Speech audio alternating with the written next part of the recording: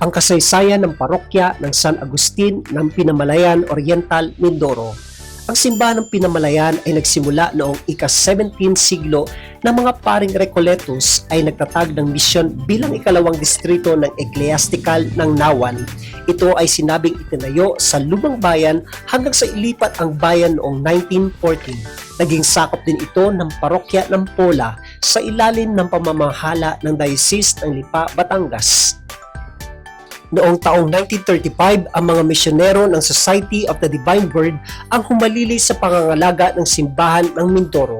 Kasabay nito, ginawang parokya ang Pinamalayan at hinirang si Padre Benito Rexner bilang unang kora paroko na nagsilbi ng 20 taon. Samantala, taong 1937, nang pagtibayan ni San Agustin ng Hippo bilang patron ng Pinamalayan na nagdiwang ng Pistang Bayan tuwing ika-25 ng Abril, araw na bininyagan ang patrong nabanggit.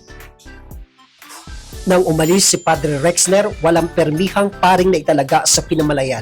Sa pagtatapos ng 1936, itinalaga si Padre Henry Hessen bilang kora paroko. Nagpagawa siya ng konkreto, higit na moderno at higit na malaking simbahan at lundayan ng parokya na may malaking bulwagan. Taong 1976, pinalitan ni Padre Martin Spang si Padre Hessen.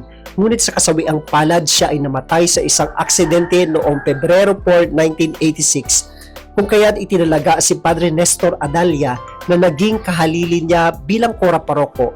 Magmula noon, mga paring dayosesano na ang namahala sa parokya ng Pinamalayan.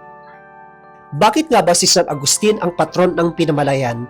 Ayon sa mga salaysay nang nagsalin-salin mula pa noong una, kagaya din ng mito ng bayan ang kwento ng patron ng Pinamalayan.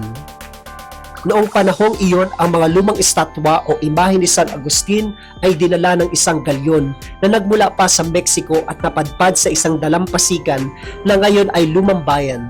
Dahil sa isang bagyo, ang mga paring Agustino na sakay nito ay nagpaggawa ng kapilya rito at dito ay inilagay ang imahe. Banggit na lugar ay inatake ng mga pirata. Kasama rito sa mga ninakaw nila ang estatwa ni San Agustin. Sa kanilang pagtakas, biglang sumama ang panahon at hindi sila makaalis. Inahagis nila ang kanilang mga gamit upang gumaan ang bangka. Pero ganun pa rin ang nangyari. Ngunit nang maihagis nila ang mga estatwa ni San Agustin, nakaalis ang mga pirata sa dalampasigan. Ang estatwa ay nagpalutang-lutang hanggang malambat nito ng isang mangingisda na taga Marinduque. Balak sana niyang iuwi ito, ngunit muli biglang sumama ang panahon at hindi makaalis ang kanyang bangka. Ang mangingisda, ibaling sa Pinamalayan ang bangka, naging maayos ang panahon at naibalik ang estatwa sa simbahan ng Pinamalayan. Mula noon ay itinuring na rin si San Agustin bilang patron ng Pinamalayan. 1914, inilipat ang poblasyon ng Pinamalayan sa kasalukuyang lugar mula sa lumang bayan. Nagtayo rito ng simbahan at binalak ilipat ang lumang imahe ni San Agustin. Ngunit tuwing gagawin ito ay nagkakaroon ng hindi magandang panahon, kaya ito ay hinayaan na lamang sa kanyang kinalalagyan sa simbahan ng lumang bayan at nagpagawa na lamang ng isang bagong imahe na mas malaki na ngayon ay makikita sa parokya.